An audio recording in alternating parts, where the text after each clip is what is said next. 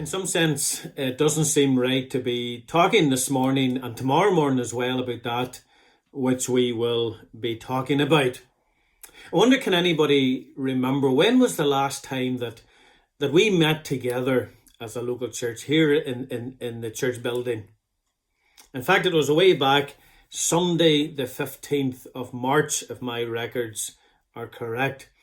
Today is Thursday the 21st of May, so that's what, nine weeks roughly since we have last met together as a local church. And for those who don't attend Tobermore Baptist, belong to other churches, attend other churches, I would say it's probably similar for yourselves, that it's been really since the middle of March that you last met together as a church. But here's the $1,000,000 question this morning. Can anyone tell me when we will be next meeting together in the church building? So that is the $1,000,000 question, because we don't have an answer. We really don't know when that will be. Certainly we're praying that it'll be sooner rather than later.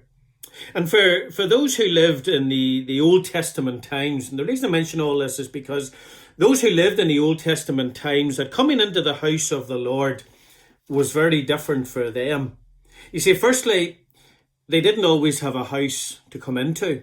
They didn't have a house of the Lord, a building, as it were, to come into to worship the Lord together. We know that under Moses in the book of Exodus, the tabernacle plan was given to Moses, and the tabernacle was built, and it sat in the very midst of the 12 tribes of the nation of Israel, and it was the place for them to be able to meet with God. And secondly, they needed many sacrifices to be able to meet with God. And we know that they needed that unblemished lamb in particular to be able to come, and it had to be sacrificed to come and to meet with God. Then, as we move on in the Old Testament, we know that there was Solomon's temple. David wanted a place for God to reside amongst them as a people, but David didn't have that privilege really of building the temple. It was Solomon, his son, who did that. And for many Jews, really, as they were scattered across the nation, it was a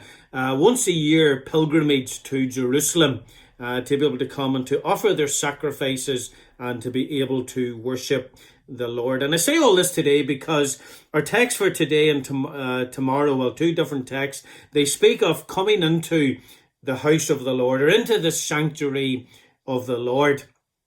Really, this morning we continue this series, As For Me. And in Psalm 5 and verse 7, the psalmist David, he says, "But as for me, I will come into thy house in the multitude of thy mercy, and in thy fear will I worship toward thy holy temple." Question I want to ask is this: how is it David would come into the house of the Lord? Well, the answer, he states it very clear there in the beginning of verse 7. He says, "But as for me, I will come into thy house in the multitude of thy mercy."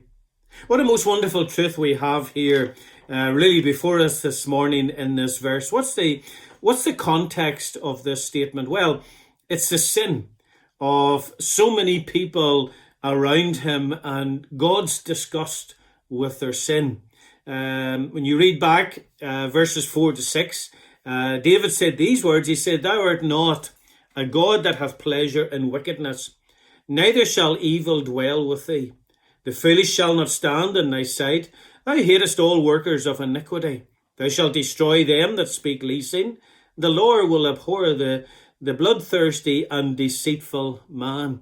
Say, sin abounded really on every corner in David's day as well. And really, in other words, there was no possibility in the state that they were in of them standing before God and not being subject to his wrath, purely because of their sin. But here's something that is of great interest, I believe. Why does David say that he could come into the house of the Lord?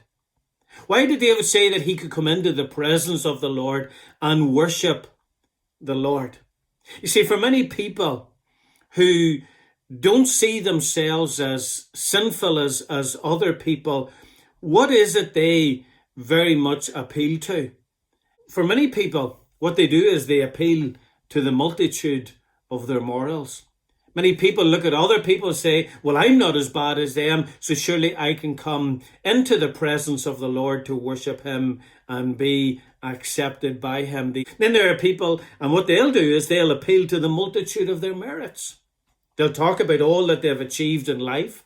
They'll talk about how good they are at things. They'll talk about how gifted they are at things. They'll talk about how better they are at things.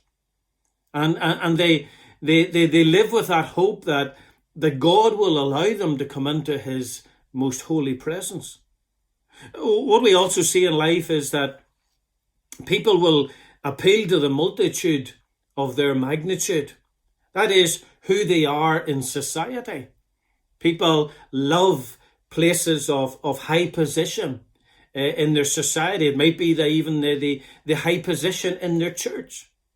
Or it's something to do within their local community or nationally or even internationally. People will appeal to that and they'll think, well, surely God must like them. God must favour them. That's why they're in that favoured position. And therefore God surely will let him into his presence so that they can meet with him and worship him. Then there are those who will appeal to the multitude of their money. People think that, well, the more money I have, the more God likes me, the more God is blessing me with. And therefore they think, well, they have a better standing than so many other people before God. And then there are those who will appeal to the multitude of miracles. People who say they belong to the church. People who do miracles in whatever way they seem to do it.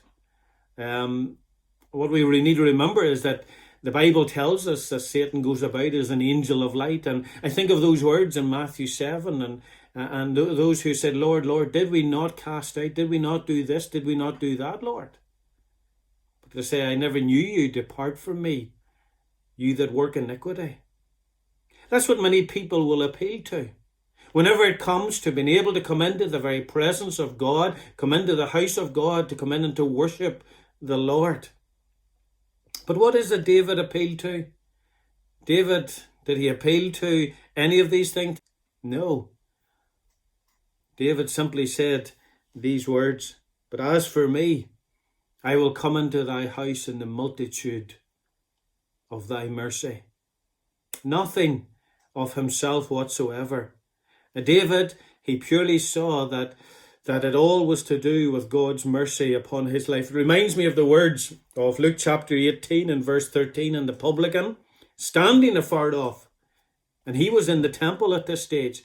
It says the publican, that is the tax collector, standing afar off, would not lift up so much as his eyes unto heaven, but smote upon his breast, saying, God, be merciful to me, a sinner. Mercy is the only way that we can come into the very presence of God. For David, it was not just mercy that allowed him into the presence of God. What I find most interesting here is that he says it's the multitude of God's mercy.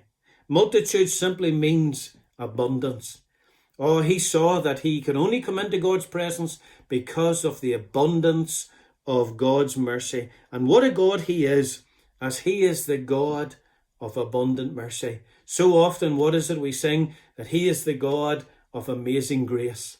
But may today we see also that he's the God of abundant mercy. And it's only for that reason that we can come into the very presence of the Lord, know we're accepted before him, and know that we can truly worship him. So may today if we're saved, we rejoice in the abundance of God's mercy. If you're not saved, today, call upon him for salvation. See the abundance of his mercy and see how he will save you today. If you cry out to him, God, be merciful to me, a sinner. May today you know God's blessings once again. Thank you for watching.